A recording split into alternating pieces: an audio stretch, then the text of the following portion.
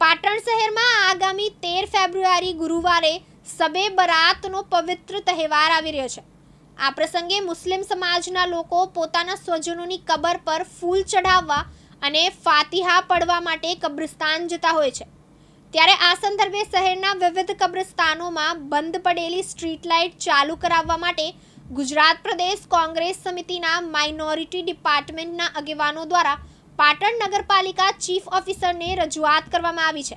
કાર્યકરોએ કરેલી રજૂઆતમાં શહેરના કુલ 9 કબ્રસ્તાનનો સમાવેશ કરવામાં આવ્યો છે, જેમાં ગંજ શહીદ પીર કબ્રસ્તાન 3, શાહ અબ્દુલ લતીફ સાહેબની દરગાહ પાસેનું કબ્રસ્તાન, સુલતાન હાજી ઉદ કબ્રસ્તાન, મૌલાના મોહમ્મદ તાહેર સાહેબ પટની કબ્રસ્તાન, જલાલ શહીદ કબ્રસ્તાન, કાલુપીર કબ્રસ્તાન, ગુડજ ટ્રાન્સપોર્ટની સામેનું કબ્રસ્તાન, સૈયદ અહમદ જહાંસા કબ્રસ્તાન અને ધોલા રોજા કબ્રસ્તાનનો સમાવેશ થાય છે।